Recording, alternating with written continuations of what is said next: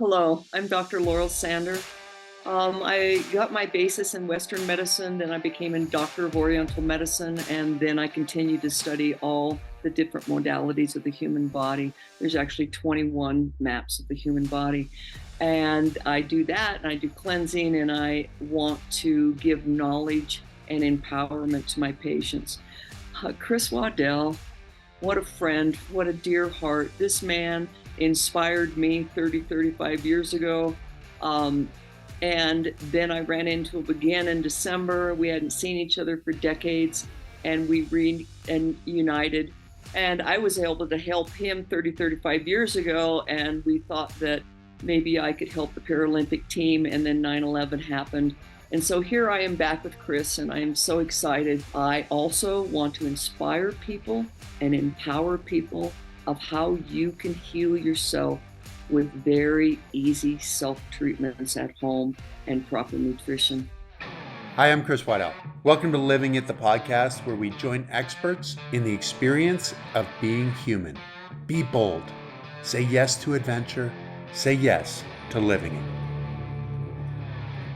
Welcome to Chris Waddell Living It, where we talk with experts in the experience of being human, those who've taken the risk to realize their dreams and live fully. Today, with my good friend Laurel Sander, she has 40 plus years of experience in the healing arts and holistic medicine. She's a doctor of Oriental medicine, is certified acupuncturist, master body worker, massage therapist, spinal alignment, Chinese herbologist, kinesiologist, reflexology, energy medicine, shamanic tracking, nutritionist, and whole body medicine. I might have stumbled on a couple of those because they are things that we don't necessarily talk about all the time.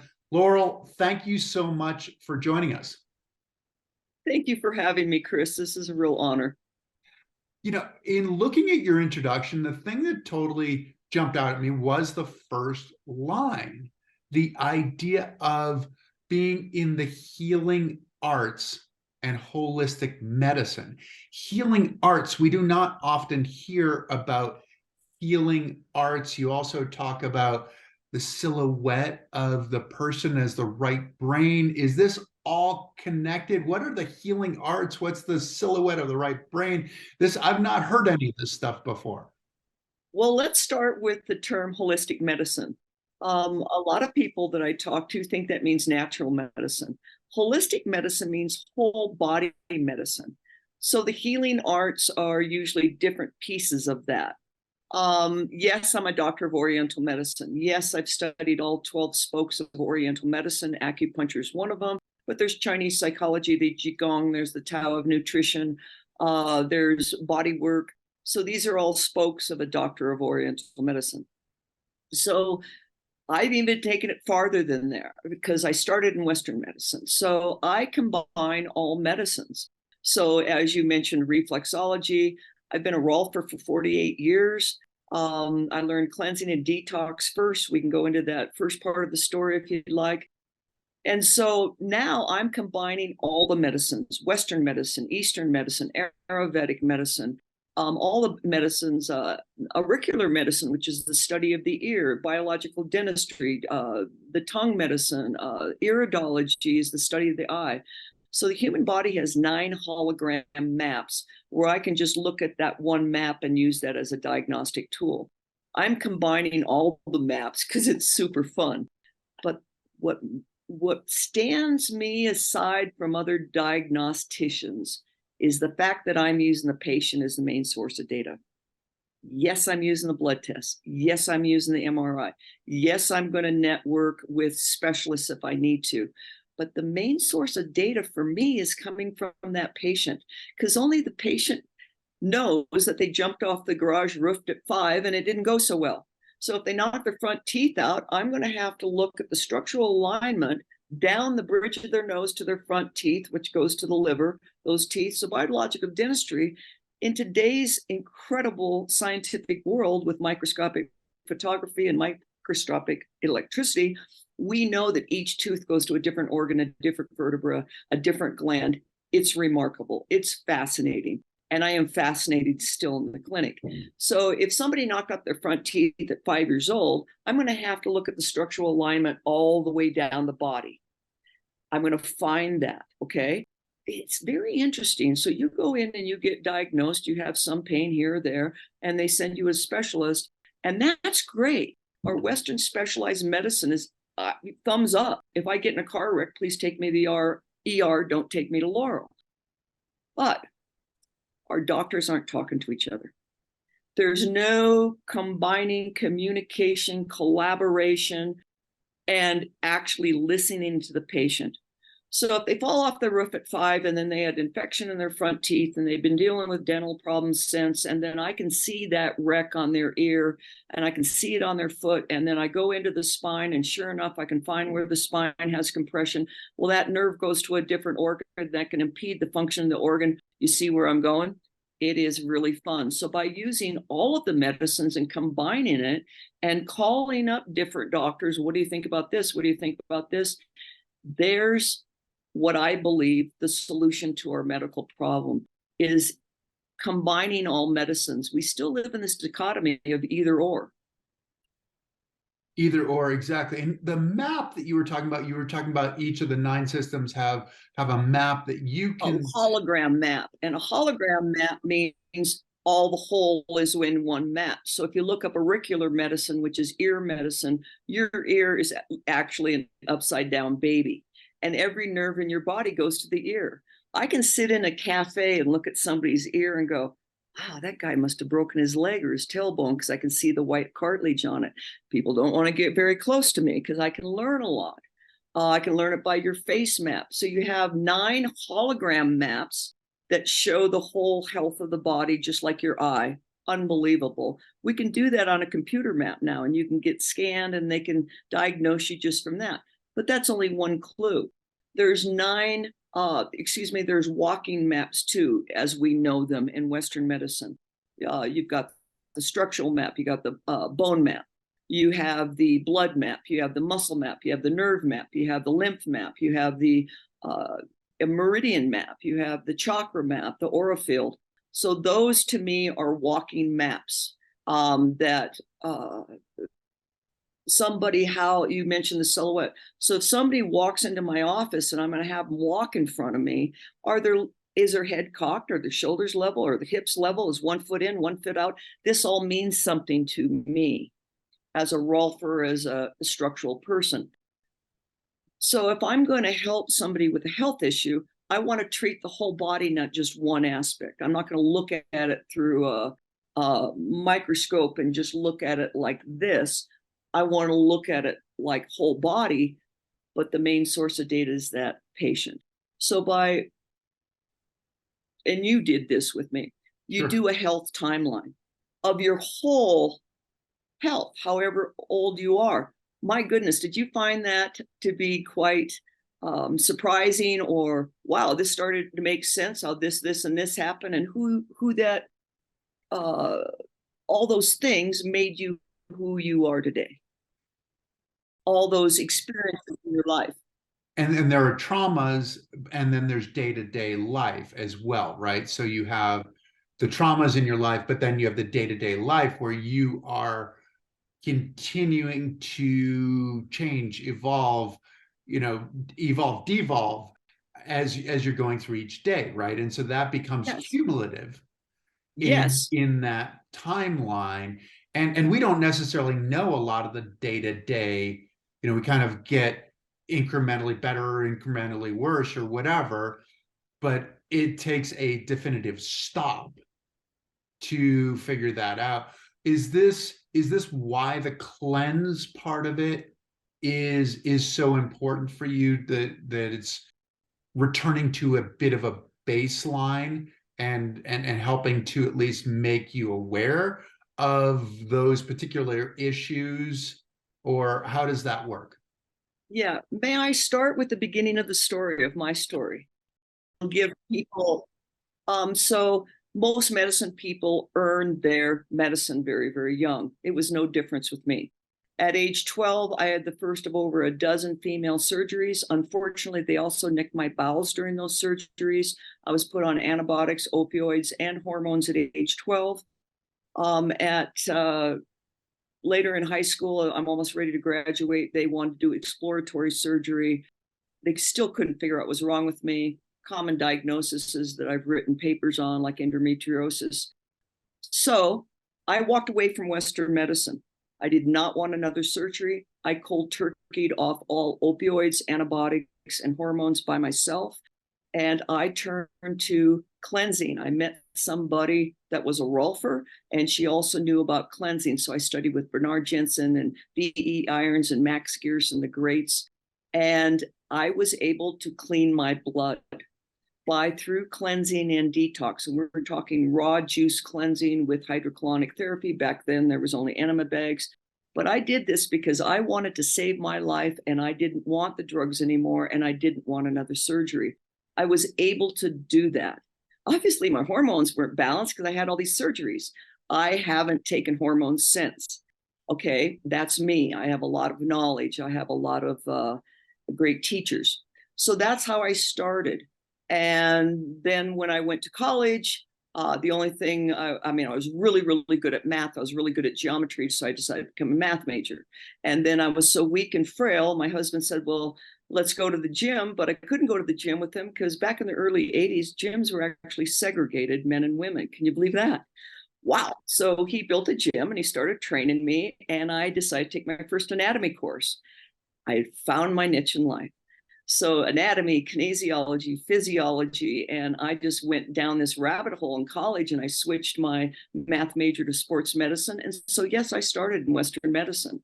And then nobody could figure out why. My mother was baffled as a little girl that I was so drawn and fascinated by Chinese things.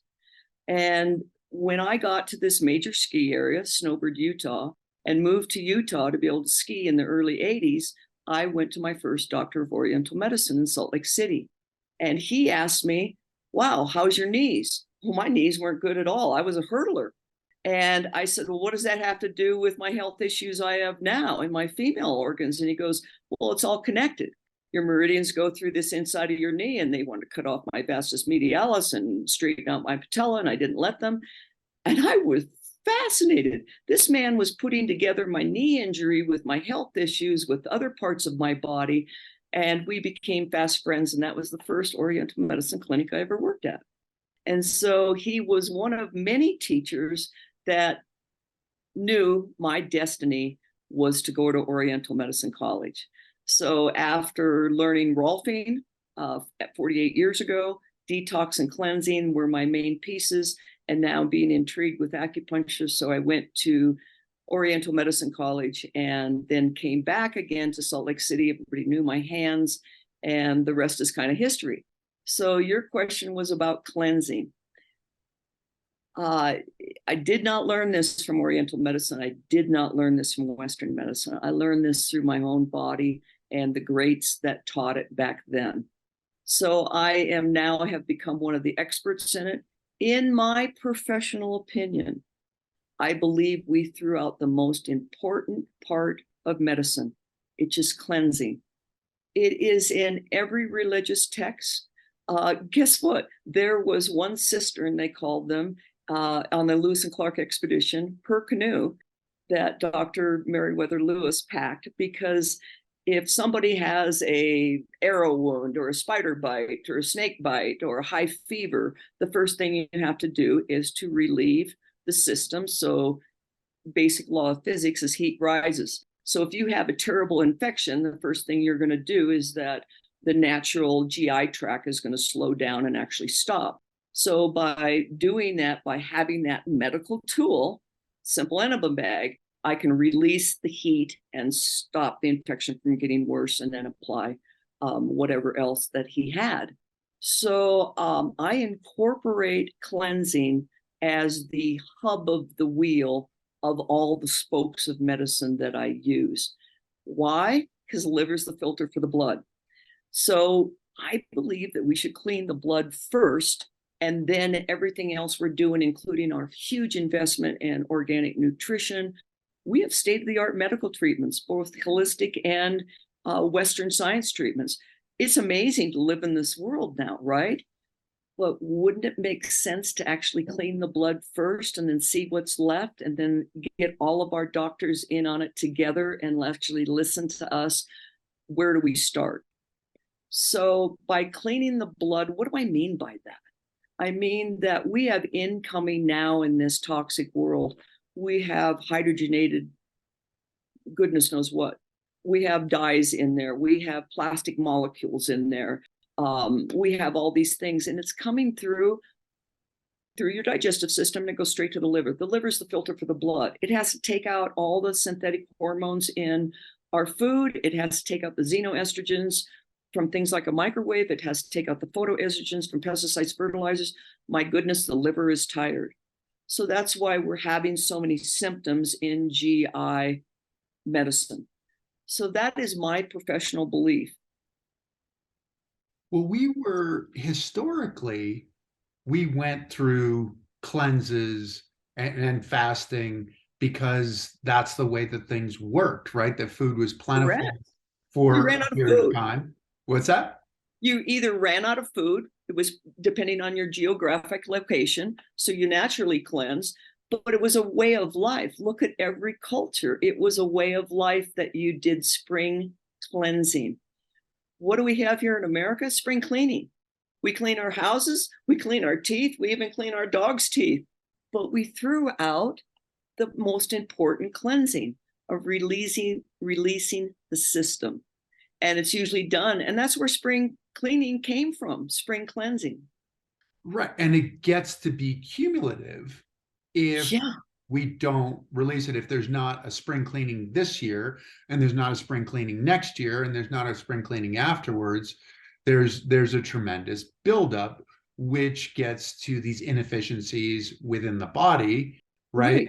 And so how does this work, and what have you seen in your patients? Obviously, not wanting to betray any of the patient doctor relationship here, but looking at what the transformations have been, because it's not something that we really think about that much. Right. And with your lead in, I wanted to say that I'm not against Western medicine. Let's get this really clear. I believe in using all the medicines. So I'm not saying, hey, drop this and use this. No. What I'm saying is that I almost named my business Wind Spirit Jiffy Lube. That kind of gives people an idea of what I'm talking about. So you said, boy, it gets accumulative. If we don't spring clean our houses, you look in the corners, you look at the stuff, it's getting accumulative, right? Right. Unfortunately, when we use some of our diagnostic tools, you cannot see into that accumulation. Unless you have really good eyesight, you may have to put your glasses on to see, oh, wow, that dust is really dirty in that corner. I better get the toothbrush out, right? Well, it's kind of the same thing in the human body. All the filters are starting to get clogged. So let's go back to the main knowledge is that the liver is the filter for the blood. Okay, if it's the filter for the blood, where do the dirty parts go? That's the main question. The dirty parts of the liver go to the top of the small intestine. You have 22 to 28 feet out. Dr. Alonso Unger, he wrote Clean Gut, national bestseller, MD. He says it's the large intestine, the small intestine. If you iron it out, and I do not like ironing, if you iron it out, it's the size of a tennis court. Zach Bush, MD, says it's the size of 2 tennis courts. Okay, you and I get it. It's huge. It's not a hose. What I'm saying is that accumulation is in those crevices, in those wrinkles. It's more like an accordion. So during the cleansing process, which my patients, they may come to me with chronic diseases. They may come to me as you are, all these different case histories. No matter what I'm starting with, I want to make sure that all the filters in the body are functioning at optimal. So to take the pressure off of those. So the next thing I'm going to talk about is the solar plexus. So the solar plexus is the second largest nerve plexus in the human body. Wow, what do we know so far? There must be a lot going on there. Your solar plexus, we all know where it is if you've taken yoga. and we learn how to breathe through there. That is a gigantic nerve plexus, and I call it grand central. The liver dumps its toxins between 1 and 3 in the morning there. The gallbladder's right before that, between 11 and 1 a.m. And then the lung is 3 to 5, covers on, covers off. You may get up to use the bathroom at that time. And the next time is between 5 and 7 in the morning, large intestine time. Each of the 12 organs in Chinese medicine, Western medicine uses 10, Chinese medicine uses all 12 organ systems. We can measure this now with Western science. We can take a picture of an acupuncture point. We can take a picture of the aura field. My goodness, it turned out to be the color of the rainbow. Well, that's another profound subject. So let's go back to this filtration system. If my car has a clogged air filter and a clogged oil filter and brake fluid hasn't been changed, it's going to start sputtering and getting hot and not running right. If it's misaligned, we're going to have all kinds of major problems. So we take our car and we have the mechanic clean out all the filters, and it runs better. And we have it check its alignment and drives better, and it's safer. So what I'm suggesting is that we clean out all the filters first and then see what's left. Now, what kind of medications we use? Yes, we may use Western pharmaceuticals. We may combine that with Chinese pharmaceuticals. We actually have doctors now that have both degrees. So we are really lucky here in this time and age. So that's why cleansing is so important, is that the blood feeds our muscles, it feeds our heart, it feeds our brain. If that blood is dirty, that's feeding my brain. You hear our friends at this age going, boy, my memory's getting bad, or I don't have the clarity to think like I used to. And then people are around me and they're going, how can you remember all that? I've been cleansing since 1977. It has to be one of the reasons why I have a stellar blood test at 65. I'm on no meds, no hormones. I just want to be an inspiration that there might be a different way. You know, when I read your stuff and when I talk to you, I can't help but think of Joseph Campbell, who's one of my heroes. I mean, the hero's journey, so much of, but when in reading Campbell, it's such a combination of the myths and the legends and the heroes and the stories that have been in with Native Americans, with Chinese, with so many different groups throughout the world, and essentially coming to very similar kinds of conclusions. Yes. And it all kind of makes sense. And you go, oh, wow. Okay. Oh, well, they're talking about that and they're talking about that. And it's like, and this is this hero, that is the same as this hero over here. And it is that getting to the essential of the human experience, right? I mean, that's the nature of these myths and legends, is sort of allegorical kind of work, right? Is that we as the audience are taking this and going, oh, okay, well, you're talking about me. And it says, yes, we're talking about you because we've stripped off the artifice.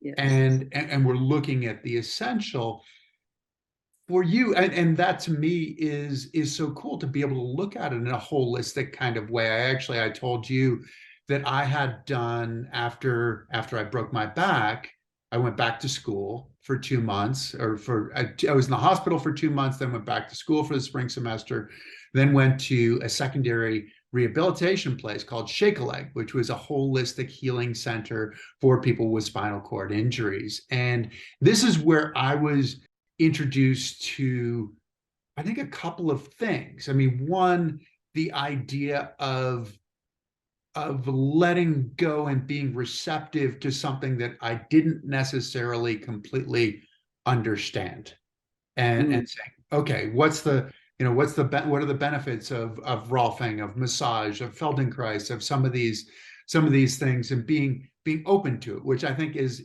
a first step in being healthy, is this idea of kind of opening your mind and going, okay, I'm going to let go of some of the preconceived notions that I've had.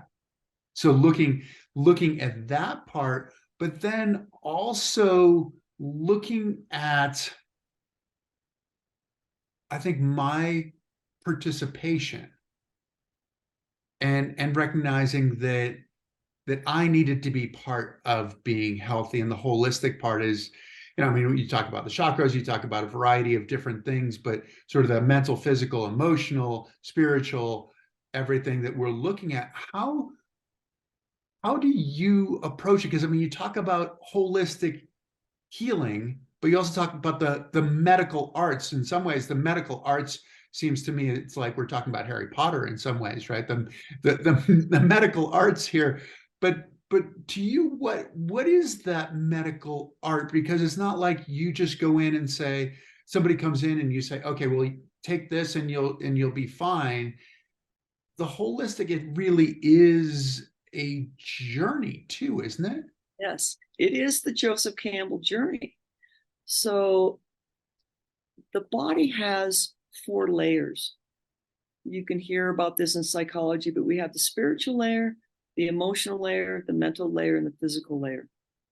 My belief as a practicing shamanic energy medicine, life guide work, all this, my belief is that spirituality is what you believe in. That's different from religion. That's a set of beliefs over here. You can believe in that too. That's great. Spirituality is what you believe in, and even in your subconscious. So if you're told as a little kid, hey, the whole family has this disease, and you're eating your Captain Crunch there, and you're listening to everybody, and Granny's got it, and Grandpa's got it, and Mom and Dad have got it, and the kids have got it, and your sister and brother have it, you're thinking right there, you're gaining a belief, I'm going to get it. Can I have some more sweet cereal, right? Does the cereal or the conversation have anything to do with our health? Yes. Your spirituality is what you believe in, subconscious and day to day. Your emotional layer is how you feel about what you believe in. Your mental layer is the chatter in your head between your ears of how you feel of what you believe in. And that manifests in the physical. Disease, to me, does not come into the physical. It comes through the layers. And so part of my work in the holistic realm, in the healing arts, as we call them, is to also dive into that. And that's what that health timeline, that's how I present the shamanic journey to them, that Joseph Campbell journey. Okay, when did you start? When did you come to see me? Okay, everything backwards. I touch your ankle and I say, wow, feels like you broke your ankle. Well, I've never done anything to my ankle. Third day they walk in, I go, I remember when I hurt my ankle. How do I have that ability? Because I've been playing the body for 48 years. I don't play the piano, I play the body. These tools are like little MRIs for me. So I can touch somebody and ask a series of questions. But I don't know if that's right until I get a yes from them. So I'm going to keep asking questions, and it's so fascinating, and I just get so involved with my patient. But you said the key word, participatory. When people come to me, I ask them to be participatory, not only to build their own health timeline, color pencils, all this stuff is really to get into it, because it's their Joseph Campbell story.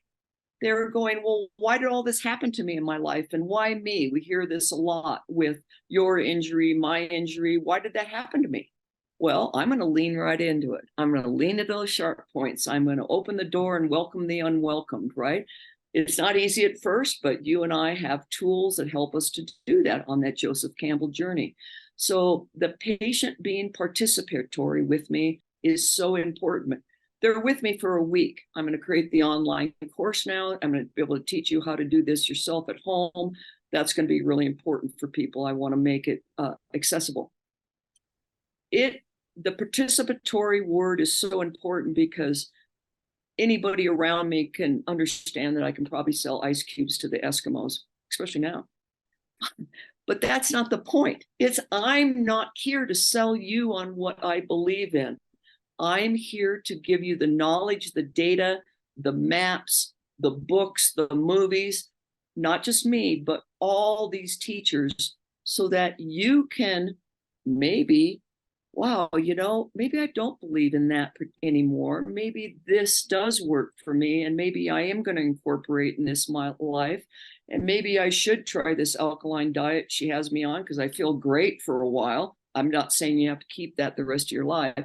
So getting the patient to participate, because then they're going to school and they learn it and they take home all, I call them gems. So they put those gems in their medicine bag and they learn how to do a castor oil pack and they learn how to do this.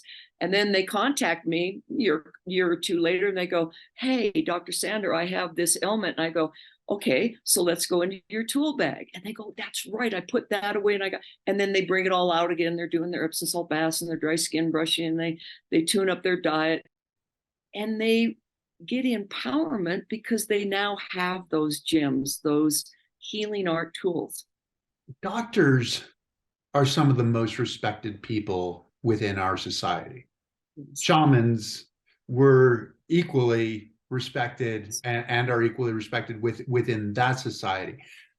You're in more, you're on the shaman side with more of a Western society. How is that reception? How do you bridge the gap to reach the individual on a personal level? That's a great question. So matters who I'm working with. So is it Dr. Dave, MD, internal medicine, for 13 years, and now he's one of the leaders in stem cell telomere, and he's been, comes to see me all the time. So when I'm with him, I switch language. If I'm with a neuroscientist that comes to see me, I'm going to switch language. I do have the ability, I'm going to brush up before they get there. They're my colleague. They talk in a different language. If I'm with an electrician, I'm going to pick those books of healing is just electricity. I'm going to try to talk them in that language. If I'm with a lay person, I, as a doctor, should be able to explain this so that patient says that makes sense. That's my goal. So yes, I have knowledge and many modalities of medicine, which allows me to switch languages. So yes, I work on the PhDs, I work on the MDs, I work on the scientists, the biologists, the chemists. They've all been there, the physicists. It's remarkable when you get their input and they teach me things about what they're experiencing. Did that answer the question? I think it did, but how does that conversation go? Does it start with a sense of skepticism? Does it start with a sense of excitement? Does it start with a sense of, okay, I am here because I don't necessarily have the answers, or I haven't been able to find the answers. Right. So you're not necessarily the first person they go to. No, sometimes I'm the last. I'm the last resort. That breaks my heart. And they end up saying, God, if I'd only known you 20 years ago, 30 years ago, I go, yeah, it would have been easier now then, but we can still do this. So what you're asking me is it something that I've learned. I have had rocks thrown at my belief system of holistic medicine of a different way since I can remember. And I had to learn how to engage in that criticism. And I've learned that really well. And what do you mean by engaging in that criticism? Okay, so somebody can say to me, Laurel, well, that's just, cleansing's ridiculous. You're never going to see me do that. And I could be at a cocktail party. There could be a bunch of people around, and I'm being put on the spot, and a little bit I'm being made fun of, right?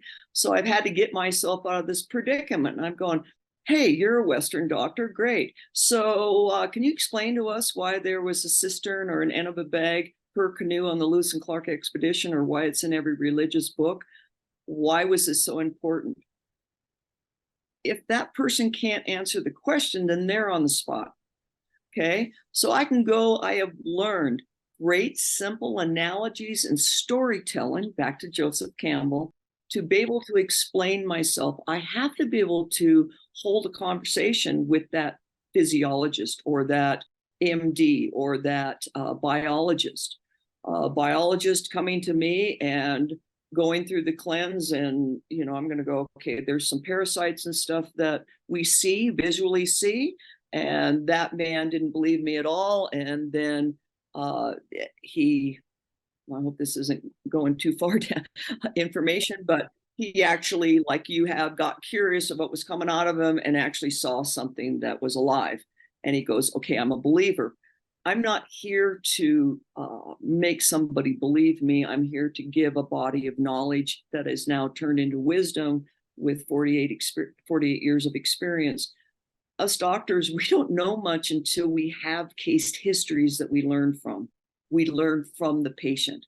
So in those conversations with my colleagues that are so advanced in Western medicine, whatever area of medicine they're at, first I want to switch into their language.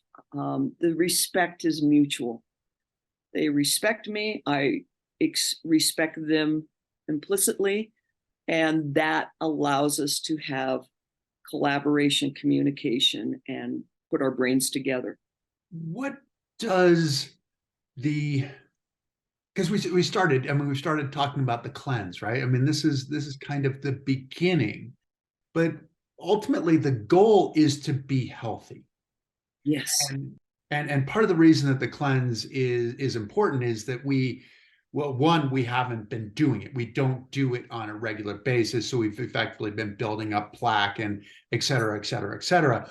But the thing is that, okay, we can remove that, but then is there a necessary shift in lifestyle? You talked about the Captain Crunch, right? If you tune in and watch television, I mean, I've been watching, it's the NBA championships, it's the NHL championships going on right now, and you feel like you need to eat all of this food that is presented to you in every single commercial, and it is biological, right? I mean, this comes on and your saliva starts to go, right? I mean, it's like, Right. yes, oh, I'm hungry, I want some Yeah. of that. And they also, the toxins, the environmental toxins, right? I mean, in the water, in the wheat changing, in so much of what we see and what we're presented with. You can take the first step, but then what are the necessary next steps, and how hard is that to embrace a new lifestyle and to effectively change what you've been doing or what's easy? Very good question. I come back to Chief Joseph, where I live in Joseph, Oregon. Chief Joseph gave us the famous quote, "What you do to the earth, you do to yourselves. What you do to yourselves, you do to the earth." We all must embrace this today on this planet. When people come to me and they learn a body of knowledge that now is theirs, it's their investment. All the money that they're spending on food, all the money they're spending on these incredible specialized treatments now is going to work better. When they feel better at the end of the cleanse or even afterwards, some people are more chronic, and they start feeling better, they never forget it. I have people that come back to me 6 years later, 8 years later, and say, I have never felt as good as I did when I left here the last time. Mm-hmm. And I go, okay, so what dropped off? What balls did you drop of all your medicine tools? Oh, I quit doing that. I quit doing, And so we go back to the simple thing of the Hope to Heal 7 vibrations. And I have them go down that simple list. Water. Wow. It seems, how can it be so simple? That water, nutrition, breathe and move, detox, environment, emotion, enlightenment could be the key to the lifestyle that's the cure. Well, we found out that water has to be absolutely pure and line up in single file, molecule to molecule, to get inside one cell. You have 100 trillion cells. Who's going to get the water first? Your brain, your heart, your vital organs. That injury that you had, it's not getting any water because there's not enough water. There's a regulatory system coming in, and so only certain part of your bodies get the little bit of water that you're drinking. Thank you, Chris. I can see that you have lemon water there. Alkalizes our system. Water has to be pure. I actually bring water from the ranch on my trips because really good water, you'll never forget it, the taste of it. So people getting filters, this sort of thing is really important. So we have we're inundated with all these toxins in our life. We get it. It's running our brain, it's running our heart, it's running how we feel, even emotionally. If we're loaded down with dust and dirt and goodness knows what's coming in our system, with all even the orifices in our head, it can get in your ear and your nose and your mouth and your eyes, and that's coming in, and that all has to be filtrated through the organ system, and then finally the liver, and then again, where do the dirty parts go? There's 22, 28 feet out if you're lucky. And so this accumulation happens.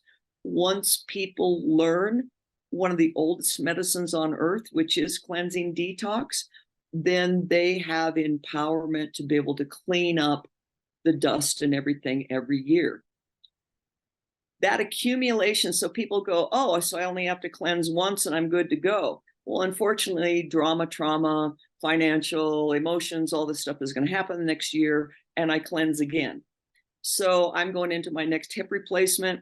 Boy, have I lived hard, riding horses, skiing. And so, yes, and thank goodness, modern medicine, sports medicine can put us back together. So before I do that, I'm going to do a cleanse, my own cleanse. And people always ask me, who works on you? Yes, that's a bit of a problem where I live. But then after I heal, later this fall, I'm going to do another one. Why would I do 2 in 1 year? Because I had that anesthesia. I want to be the healthiest I can be going into it, and the healthiest I can be going out of it, get that out of my system. So that's why I do 2 in 1 year. So the question is, the buildup, can we get rid of it? Sometimes it takes more than one cleanse it matters your age, how long you've been sick. For every month, every year that you're sick, it takes about 1 month of healing. That's the general formula. But once people learn this and they feel that they can feel better, then we're watching, wow, I really like some of those buffalo wings. Look how good they look. Those people are happy eating those. And so then people will go, can you have any buffalo wings, Laurel? And I go, yes, I believe in French Fry Friday. That really makes people happy. Yes, I will go out and have French Fry Friday. Yes, I drink alcohol in moderation. Yes, I will even eat grass-fed meat, or a friend just gave me some salmon from right off the boat in Alaska. I'm very, I like to investigate where my food comes from. I try to get the best. I have my organic greenhouse. I do the best I can, but I'm still going to have French Fry Friday. And then I'm going to tap into myself about an hour or two later and go, how did that make you feel? Probably didn't make me feel that good. So now I don't want it the next meal. So yes, we're going to have to try it again, see if it works, see if it doesn't work. When people come to me and there's nutrition things and say, well, what about gluten? I go, okay, well, yes, our wheat has changed in the last 10,000 years in this country. And yes, if you go to Europe, actually, it doesn't affect you the way it does in our country. How do I explain this? This is my professional opinion, is it's the pesticides and fertilizer we're using that are cancerous on our crops, is why I do not eat wheat. Do I eat corn? Do I eat soy? Yes, but not GMO. GMO, in my professional opinion, is distorting the food itself. So I have to have knowledge on my nutrition and go down those rabbit holes. And my goodness, we have so many experts on that to listen to guide us on that. So I believe that there's no one nutrition program for everybody. You can read all the books, Eating for Your Blood Type, keto, vegetarian, vegan, all these different things. You're going to have to try it on. I believe you're an individual snowflake, and your nutrition is going to change depending on what happens in your body, which is how we got reacquainted again. Okay, this is what I'm feeling now. Oh, I think that this would be a good idea. So even myself, I'm going to change my nutrition going into the surgery. So I'm not acidic at all. Disease can only live in an acidic state. There's alkaline and there's acidic. So we talked about lemon just a second ago. Let's talk about that.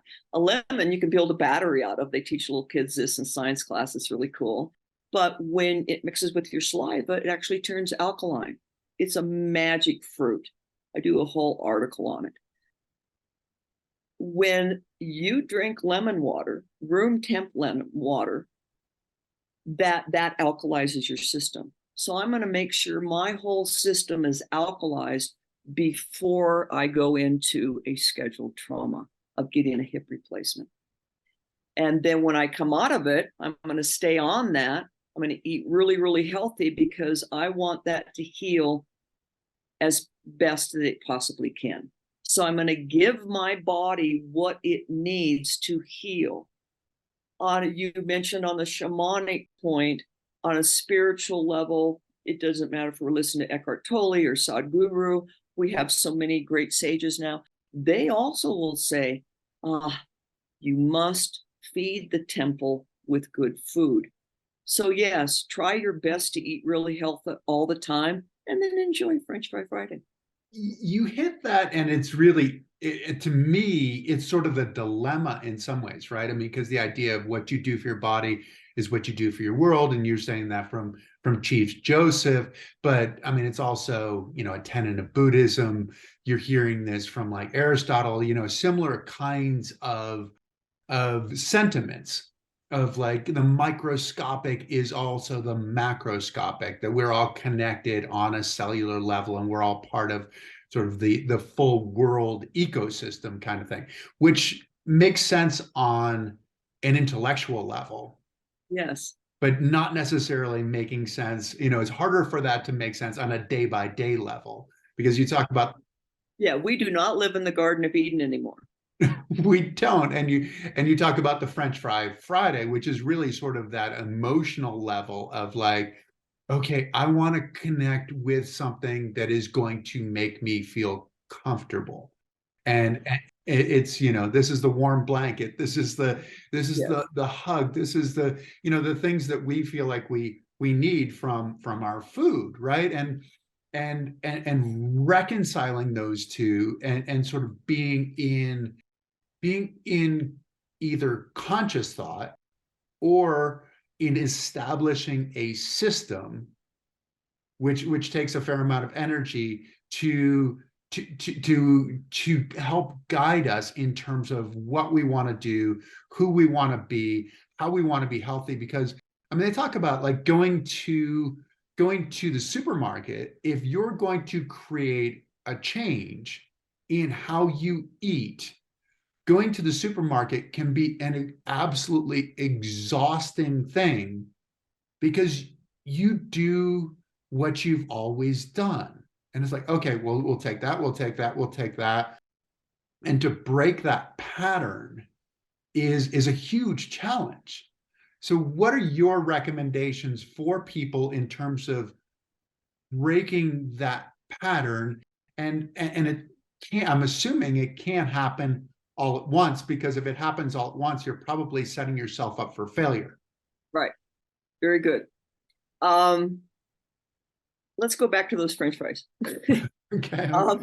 I have a teacher friend a long time ago, taught first grade, and she wanted me to come speak.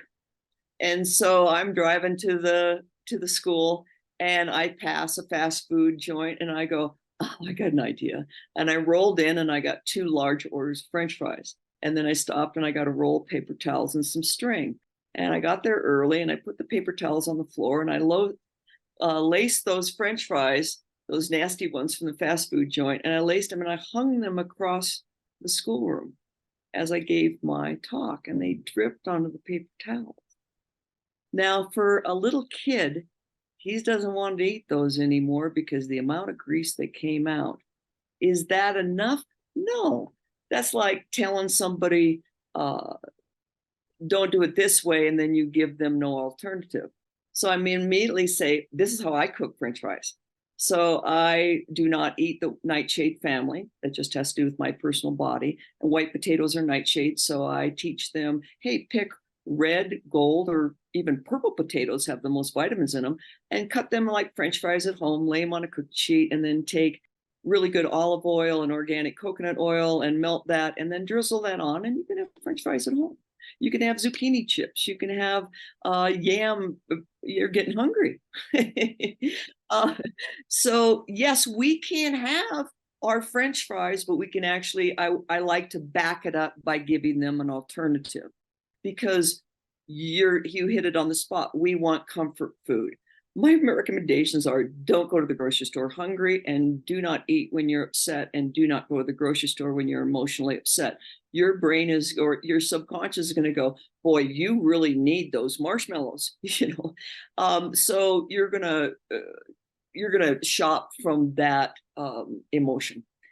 And convenience Yeah, is also a big part of it, right? How can we get food quickly? Everybody has an overscheduled kind of right. life, and Yeah, changing away from having an overscheduled life can be a more significant challenge, and probably is healthy to move away from an overscheduled life, but one step at a time kind of thing, right? I understand where you're going with this now, and I talk about getting that refrigerator ready for you. Okay, so you have a big week coming up. You have talks. You have to be on the ski hill. Shopping is on the last of your list. When you come home, you're hungry. The refrigerator better be working for you. So my first trick in the grocery store is only shop the outside of the grocery store. You might find some frozen organic berries in the middle of the store or whatever, but most of the stuff in the inside of the store is actually not very good for you. There's a few tips under nutrition in my book, The Hope to Heal Cleanse, is if you can't pronounce it, put it back. If it doesn't rot or sprout, put it back. So in a nature knows best. So if it doesn't rot or sprout, this is really a good thing. If you can't read the ingredients without a chemistry degree, then I'm suggesting put it back. Bread should only have maybe 4 ingredients in it. So find better choices. And we can do that in this day and age with the farmer's market. So how do you and I prepare for a big week? How do I prepare when I've got a double coming in and I might have some scientists or somebody? I've got to be on my game. I want to be sharp. I got to get my own personal refrigerator working for me. So one of the things I teach is that rainbow pot of steamed vegetables. If I have that partially cooked in my fridge, if I have a rainbow color array of fruits in the house. I have all those vegetables, rainbow colors bought also. And then I might cook a few baked potatoes ahead of time. I make a few dishes ahead of time. I have that rainbow pot of vegetables. I can walk in then, usually in my refrigerator going into a week like this, I love black beans. I have black beans cooked. I have a quinoa cooked. I might have some rice cooked. I'm going to combine foods to get all my vitamins and minerals. So I'm going to walk in and boy, am I beat. I've been talking all day. The last thing I want to do also is stand in the kitchen and cut vegetables and cook a great meal. But if my vegetables are partially done and I have many things to make, I can go, do I feel like Mexican? Do I feel like Thai? Do I feel like Asian? What do I want? And do I want a pesto pizza? I can actually mix that up. And people went, she eats pizza. Yes, I eat pizza, whole organic corn crust and a beautiful pizza. So yes, I can eat really, really healthy. I eat a lot of calories in a day. I am not deprived nutritionally. And a lot of people go, oh, she's so strict and she does this cleansing and I bet she can't even eat out. Yes, I go out to eat and I make choices. I might do substitutes. So getting that fridge working for me before a really busy week is important. I have to plan, I have to organize, just like you do. So I want to organize going into that and get that shopping done before. Another trick I teach people is if you start writing down all the things that you like to eat, good things, please, is that you start and going, boy, I really like cashews or I really like pumpkin seeds. Wow, I learned that you have to soak those or roast those first. Am I going to go buy an 8-ounce bag of pumpkin seeds? No, I'm going to buy that in bulk. I'm going to buy that organic and in bulk because I cannot afford to buy like that myself. So, and I keep everything in glass jars. When nuts are the best protein you can eat in the morning.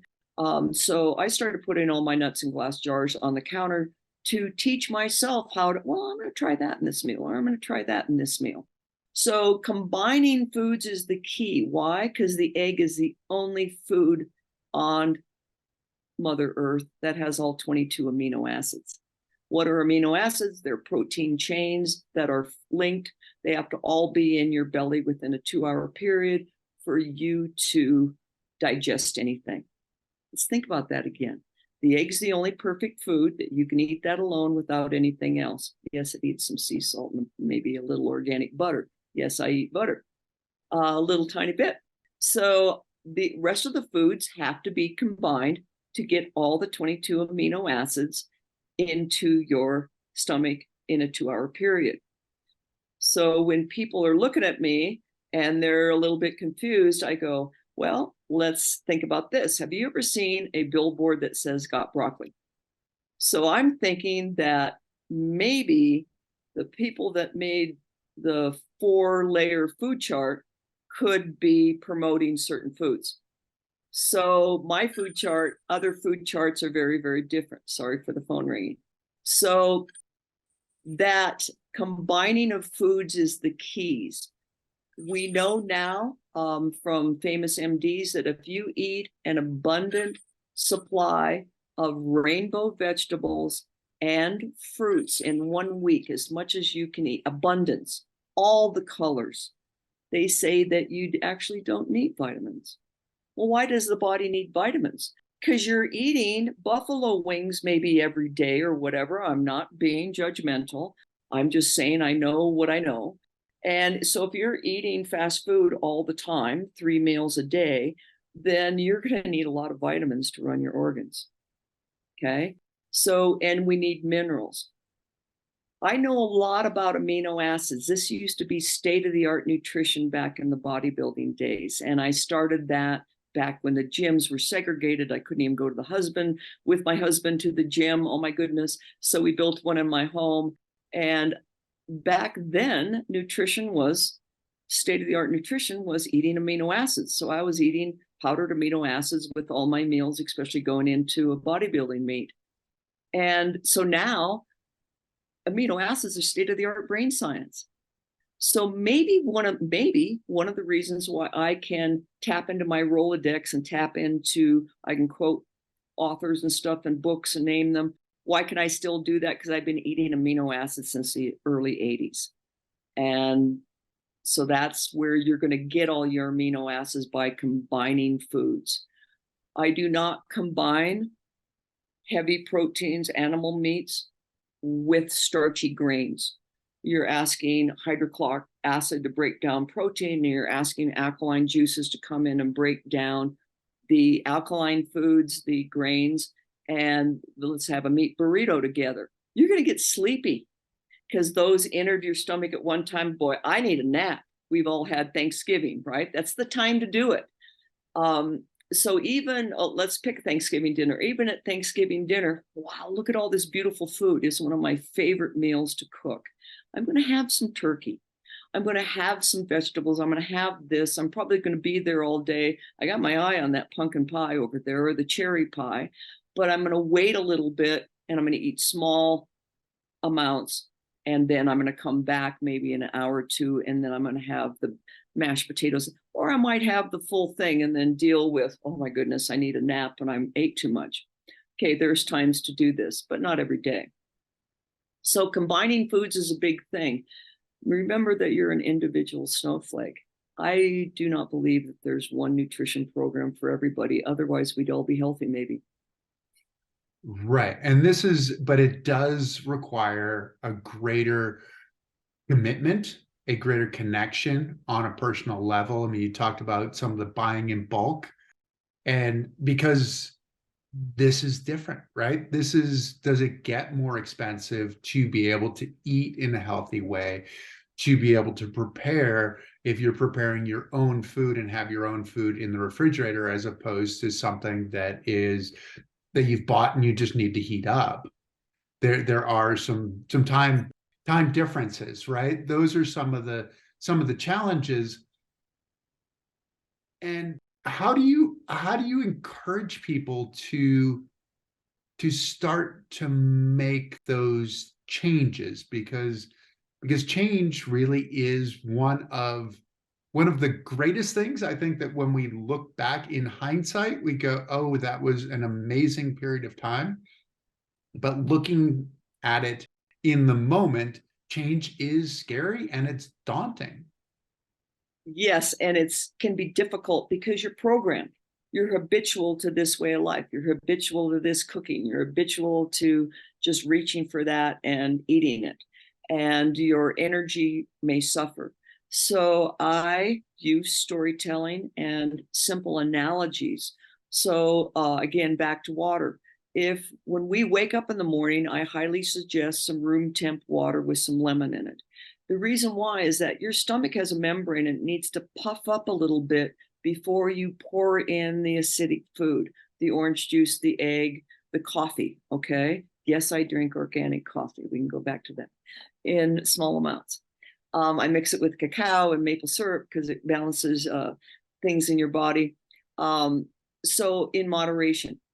Back to the water. If that stomach membrane is not puffed up before you start to eat, then what happens is it will burn a hole in your stomach lining the acidic food. We call that an ulcer. So, water is the most important thing of all. If we do not have water, then you cannot actually digest food. You need 2 molecules of water to digest 1 molecule of carbohydrate. When you eat that piece of toast, you're going to have twice as much water to break down that piece of toast. If I eat the piece of toast and there's no water, my body has to steal it from someplace. Where's it going to steal it from? Number one choice is the skin, the largest organ in the body. So everybody's skin's dry and we think it's genetic and da da da. So these simple little things like water are so important. How do we get that uh, information so that they can grasp it and want to do it because they start feeling better? I was able to do it with you. There you are with your lemon water. Here I am with my lemon water. Case in history, a lady that I'm treating here, a dear friend of mine, and she's talking to me. And her husband actually said, hey, I'd like you to talk to my wife. And I know these people really well. And so she's talking to me and she's rubbing over here and she's saying, yeah, they're telling me I have liver disease and this and stuff. And I'm looking at her rubber belly and I'm listening to her intently and I'm watching it. I'm going, you have a rash there? Do you have an itch? Is that bothering you? She goes, no, it hurts here all the time. I go, well, that's not your liver. Let's start there. The patient knows the answers, not me. I come with my glass half full. I do not know everything. I do not know anything until that patient gives me something. So we did one full body session. I worked on the full body on this. I did an acupuncture treatment. My 2.5 hour session was in-depth questioning to that patient of how they got to here. What happened first? What happened before that? Okay, let me get this straight. Now, did this happen before this, or the sinusitis happened, or that tooth infection? Again, I'm looking at the whole body to help figure out why that's happening. And then have the explanation and the ability, in this case, in layman's terms, to be able to explain it to them, and they say, that made sense. A marketing person, and I've never marketed in my career yet, but it was a friend helping me. And she goes, what is the number one thing that your patients say to you during the wellness retreat? And my assistant colleague, Lisa Armstrong Replica, was with me. She still works with me. And at the exact same time, we said, that makes sense. My suggestion to everybody watching is that if you go to your doctor and you do not leave the building where you go, that made sense. I understand how I got here now. I'm not suggesting you fire that person, but you might get more people on your team. You're the captain of your team, not the doctor, in my opinion. So you get more, you have to figure out how you got here. And so that is a bit of education. Once they start learning this, and I immediately put this person, because she was very inflamed, that means she's acidic, and I put her on an alkaline diet and a nutrition, excuse me, I don't like to use the word diet because it has the word die in it, nutrition. She was only on that for 6 days. She came back yesterday, and even in my wheelchair, I worked because that's what makes me happy. I can't go skiing, so I'm working. Made me so happy just to give again because I am of service. I could not believe what I heard. I could not believe what I saw. In just 6 days, she goes, I've already dropped 2 pounds. Look at me. I'm not as bloated. I feel better. I'm a little more energetic. Look, Laurel, you worked on that thing, and I can straighten my neck's better. All this stuff. Yes, I did body work. Yes, I did spinal alignment. What surprised me most is the little bumps that were coming out of the abdomen because it was so acidic, and that's where her cause, to me, was coming from. Wasn't the liver. It was a secondary problem because it didn't have any place to dump its toxins. I couldn't believe that even those were going away after just changing the nutrition. I hadn't even given her herbs yet. I give her one acupuncture treatment and the body work session, but she got empowerment. So your question was, how does somebody stay on this? Because they'll never forget how good they felt. They're searching for it. They want it. They crave it. People leave the retreat in my hometown and they walk up and they go, wow, you look amazing. What do you have? I want that. Then they hear the process and they go, oh boy, that's not for me. And then they watch these people get better, get better, get better. Here's the great news. Every time you cleanse, you get healthier. Every year that goes by, you get healthier. That time is going to go by anyway. We do not have much control over time, none, except for how you handle it, how you organize it. But you do have empowerment over your energy. To have energy in the human body, you need to feed it properly and hydrate properly, and also have a spiritual breathing practice. There's all these different components that we have. I'm always going to go back to that spiritual side because that's where everything originates from. So your question, to go back to that to answer it correctly, is how do people get empowered to try this? They start feeling a little bit better. They may fall off and go right back because something happened. I need comfort food. I'm going for this. You know, they get so frustrated with life like we all do. And then they don't feel good and they go, oh, dang it, I don't feel good again. What did that wild lady teach me again? And so they'll go back to their tools. If I can give them tools, if you give them tools, you are such an inspiration. You are such an inspiration to me. Thank you for being in my life. I have known you for 30 more years. You inspired me. How we met, my goodness, that's how we met, was your inspiration to me. Okay, thank you. So you and I are here to empower people, to inspire them. I'm not here to change them, but I am here to offer you all these tools that you can use too to help yourself feel like this. I have so much energy at 66, it scares people. Literally scares people. So why do I have all this? I want to feel like this every day.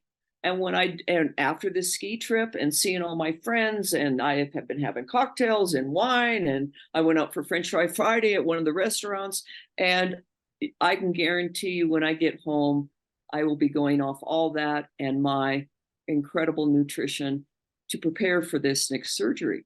So yes, I have fun, and then I come back to what I know. Yes, we're eating really healthy here too, but I want to inspire, I want to empower, and I want to give people the tools. Unfortunately, they're the ones that have to participate. You go, you know, I feel so terrible, I'm going to try this. And then it doesn't leave their memory banks that they felt so good. Does it leave your memory banks of what you experienced with me? No, not at all. No, it definitely doesn't. But and then the other side is you know what's good and you know what's not good, but you don't necessarily always make good choices, I think No, is the human experience sometimes. right. How can people find you, Laurel? Great question. Windspiritmedicine.com. Windspiritmedicine.com, and Windspirit is all one word.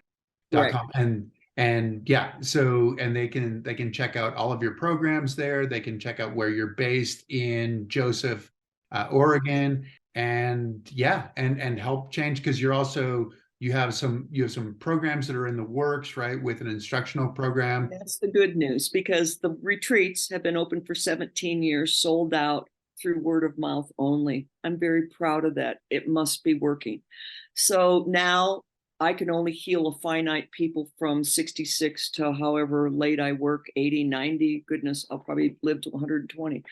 Um, so now it's the first online course was going to be the Hope to Heal Cleanse course, and teach people the Wind Spirit Wellness Way, which is the lifestyle that's the cure. And I am proud to say that they will be coming out this summer. And then I'm going to continue into teaching. That is my goal. I want to create many, many continued ed programs. Doesn't matter if you're an anesthesiologist or an esthetician, everybody needs CEUs to renew their license. I'm going to participate in that, because it's a finite number of people I can help at the retreats. If it's an infinite number of people, for put my wisdom on the shelf, that is almost my duty in this life now. So I'm going to try my best to help everybody from afar. I'm going to teach you how to turn your own home into a wellness retreat and be able to get the results that we're getting at the wellness retreat in Joseph, Oregon. That is awesome. Well, thank you for everything you're doing, Laurel, and thank you for joining us. It was a total pleasure. Oh, thank you, Chris, for being in my life. I love you. I'm honored that you're my friend. And rock on, baby, rock on. Thank you so much. I really appreciate it. And thank you to all of you for tuning in. The greatest gift you can give us is to tell your friends. Tell your friends to tune in, like us, follow us, and please subscribe. We will continue to give you great content, and we will look forward to seeing you the next time. Thank you very much. Take care. Thank you for joining us.